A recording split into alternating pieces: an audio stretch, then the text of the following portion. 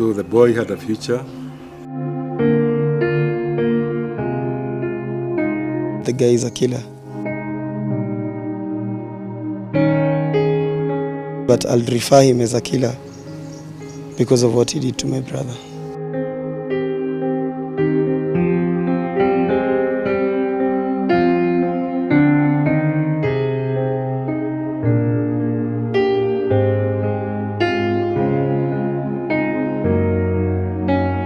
The guy who died trying to rescue one of his friends.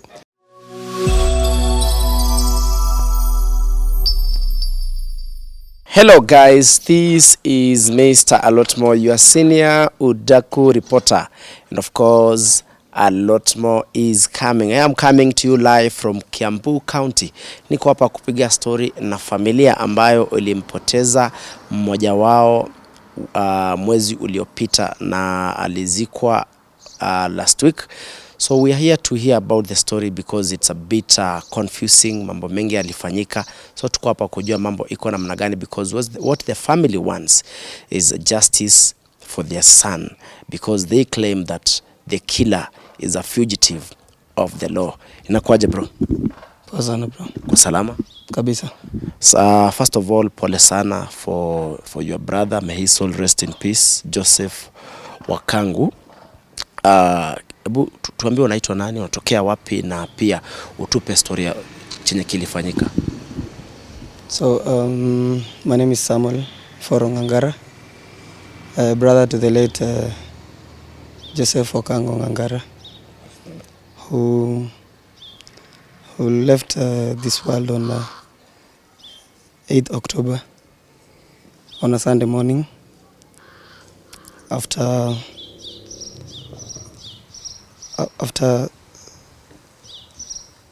something happened on that same day, something that we have come to realize later, and it's something devastating, because I don't think there is someone who deserves to die that way. Yeah. So on that Sunday morning, I was called by a friend, and I was in the house. Actually, I was sleeping. It was around 1, and the person who called me is my friend, and he told me that I am here at Tindegua Delta petrol station. I was passing by, and I've seen your brother bleeding.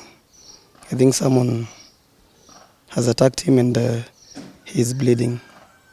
So I didn't hesitate to get out from the house. I just dressed quickly and looked for a boda boda guy from Kiambu, because I stay in Kiambu, and immediately rushed to where the scene was. After rushing to the scene, I met my brother, and after I looked at him, I thought he was okay, because he was talking with the friends. They were laughing, they were making jokes, they were doing some stories. But before 20 minutes, 30 minutes before I got there, something serious had happened that I was not aware about. So I went to him directly and asked him what's up, and he told me that there's a guy who has attacked him, and I asked him whether he recognizes the guy. He said he knows the guy who's done that, because he was not alone, he had some accomplices. Without wasting time, I asked my brother to we go to the police station at Ndego and report. But I've come to hear some other stories, and through the CCTV footages, there are some things I have realized. So the person who took us to the police station is a friend, and actually they had come to pick them and go home to Kiambu at that hour. But then just before they left, as they were on the other side of the road where Total petrol station is, because Delta is on Delta is on your right as you're coming from Nairobi to Kiambu, and Total is on your left as you're coming from Nairobi to Kiambu. So they're on the other side of Total going home. But Joseph Okang he was someone who was very brave, and he wouldn't want you to be in a situation that he can prevent. So what he did, he crossed the road without the other guys knowing. So even before they were leaving, they just looked and asked, "Where's Wakango?" And little did they realize that he was already on the other side trying to defend the friend, because he was being harassed by the suspect and by his accomplices. So after he was trying to withdraw the friends from that situation, that guy ran from behind and came and hit him on the head using a 250 ml alcohol bottle, which had a drink. It had a drink, and he had just taken it from where he had bought it. So he hit him not once and not twice, in a manner that I feel it was personal. That was something personal, and it is clear that the guy was eliminating my brother. And so when I got to the scene, and earlier I had told you that I was being told my brother is bleeding, but when I got to the scene, my brother was not bleeding. Later on is when I came to realize that he even went to the tap around the police station, around the petrol station, and cleared all the blood that he had. But I found him with a cut on his hand, because he was trying to defend himself. So told him go to the police station at Pindegua. He reported himself. He's the one who made the statement and everything, and we were given an OB number. And the police officer there who was writing the statement advised us to go to Kiambu level 5 so that we can get a P3, so that after he's being treated and everything, we can go and get go and get a P3 and start following up on this case because I don't think there is anyone who deserves such kind of acts. You can't just be there hitting everyone, and there is what we call law, especially the human rights. Yeah. So we reported well. He had no issue. We went to the to Kiambu level 5. The doctors checked him. They did some dressing, got an injection, and he told me he's fine now. He can go home after he was discharged by the doctors. So I told him that tomorrow in the morning, according to how he'll be feeling, he can contact me so that we can go and seek further medication. So before he left the hospital, my brother told me that we should get a stapler and staple the OB number and the report of the doctor, because after the doctor accesses you, they write a report. So he did that himself. Went through the hospital and found someone who gave him a stapler. He stapled the OB number and the medical report himself, and he told me that he will go with it. So we left the hospital, and We tried to get an Uber, but there was no. But he told me, there's a boda boda guy there. Let's use him, and I'll talk to you tomorrow in the morning. And he came home, and I went to the house. So after I got home, that's the same time that my father was also getting home, as he was doing his business. That's when he had finished doing his business. So they met with Wakango and they talked, and even himself, he didn't sense any sign of danger. So Wakango came and went to his room and slept and succumbed. Do you know the guy you are referring to as the murderer, as the killer? Do you know him? I don't know him personally, but he's a person who is known, and he resides at Tindegua. He does the boda boda business, and I'm being told that he's very well known because he's born and raised there. Yeah. According to what you've heard or what you've gathered, are you in a position to say or to tell us that the guy is a killer? Yeah, I will be in that position to tell you that the guy is a killer, not by other stories, because there are also other stories about him, but myself, I'd not say judge, but I'll refer him as a killer because of what he did to my brother. Yeah. Did your brother have enemies?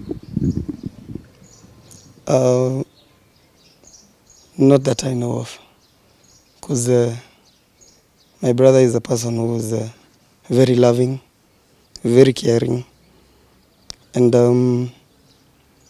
you would even quarrel, brothers quarrel. You would quarrel 30 minutes. After 30 minutes, he didn't want any kind of beefs or grudges. He was someone who was very straightforward. And about grudges, I have no idea or no clue of any grudge that Kango had, even before he rested. Yeah. I understand the case is being investigated by the DCI. Yeah. What message do you have to them? First of all, I would like to thank the DCI for the good job that they are doing. They were very cooperative, and investigations are still going on. But what I would like to urge the government is that when you have such cases, let us be trying to solve the matters as quickly as possible so that justice can be served as fast as possible. So that I would not like anyone else to face this, especially family members, brothers, friends. I would not like anyone to lose someone like that in such a way, because it is very painful. Yeah. Hi, good afternoon. My name is George Gagara Boro.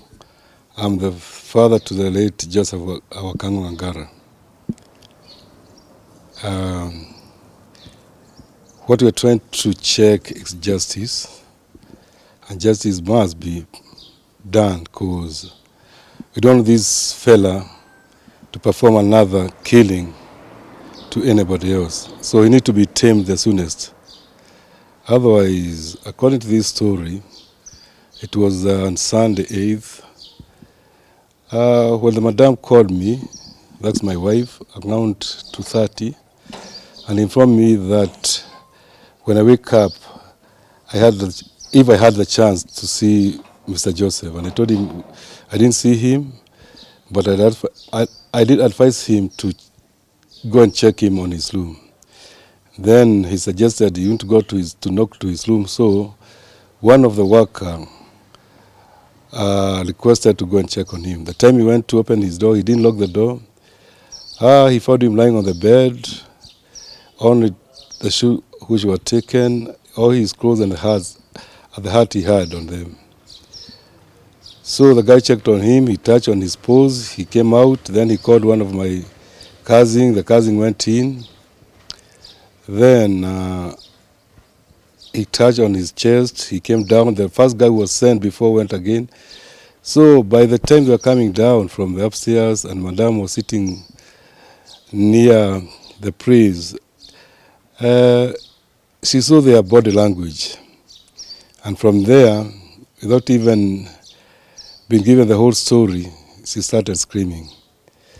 So the second phone they called me from the place of work where I work at Orpu by Sagret at Kiabu Road, just right next to Quickmart.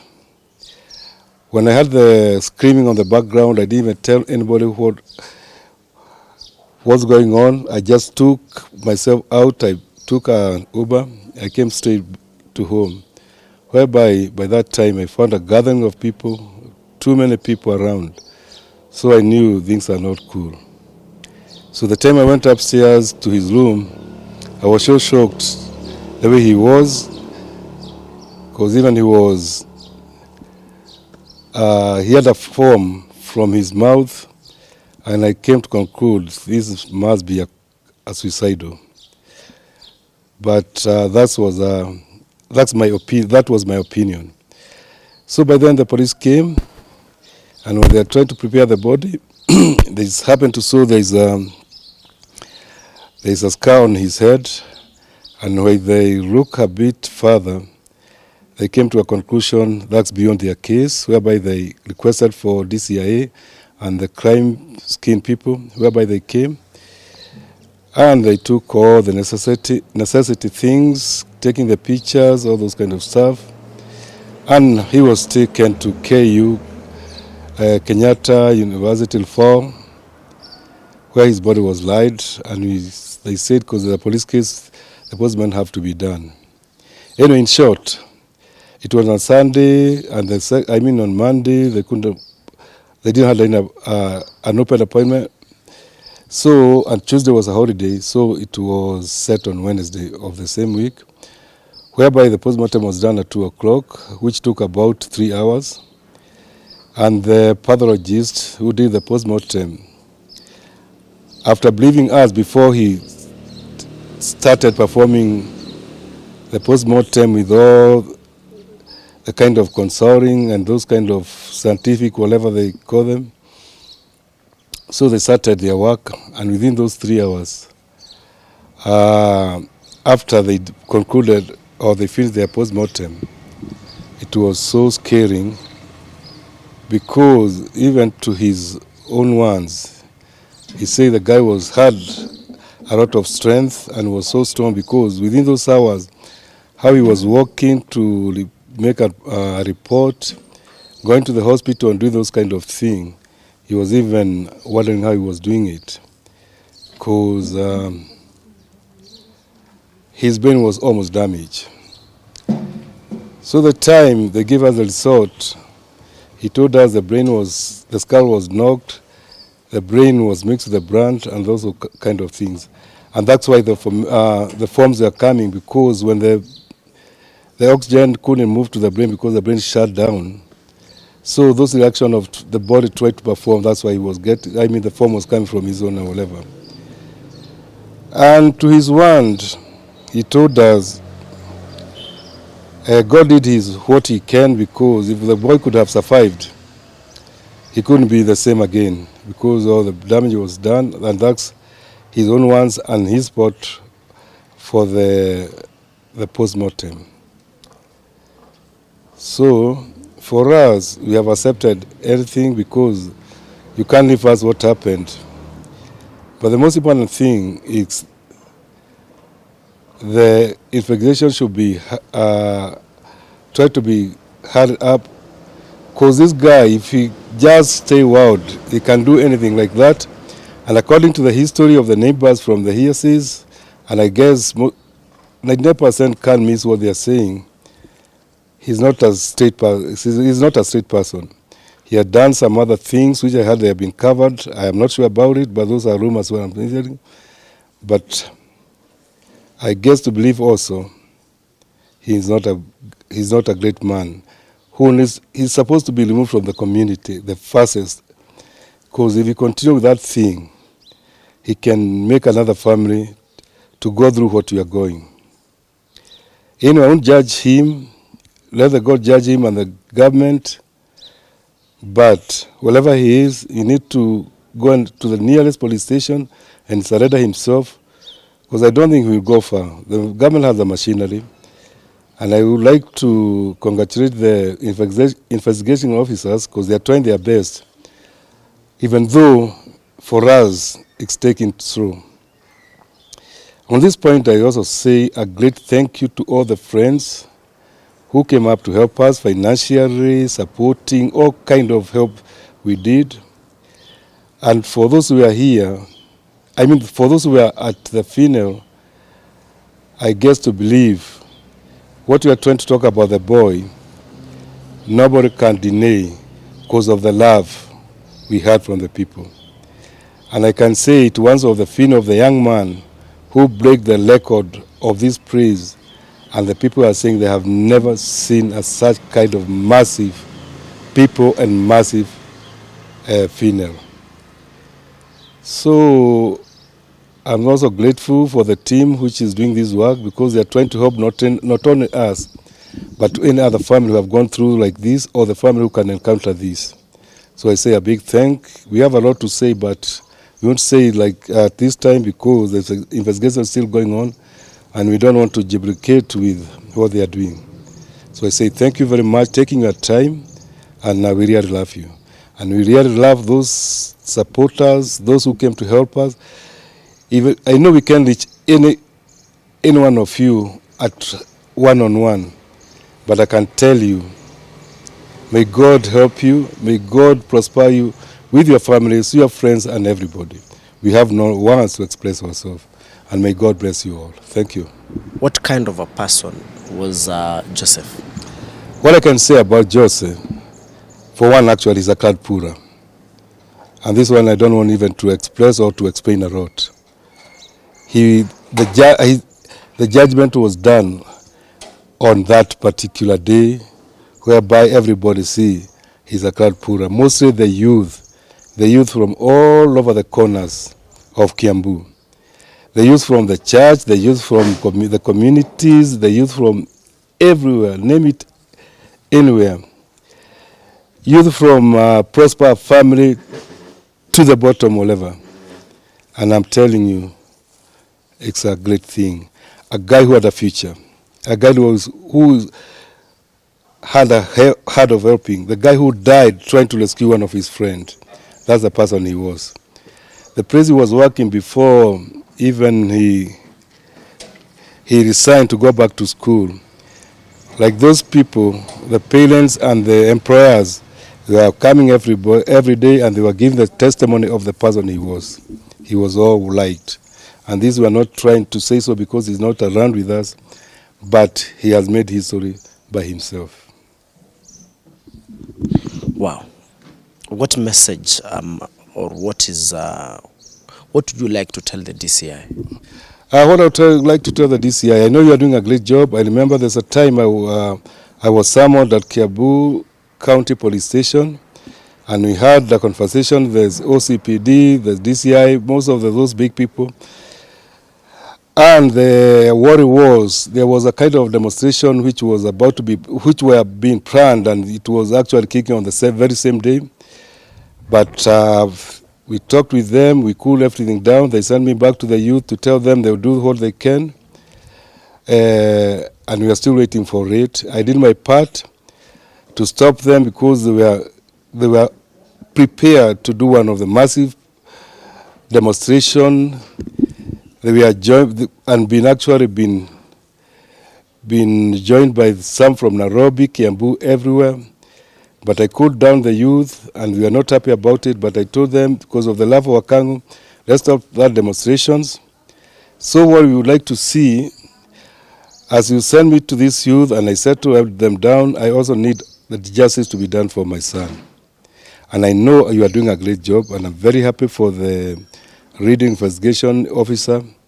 I have no problem with that. But to the same youth, they are saying things are taking slowly. So I wish they can be hurried up.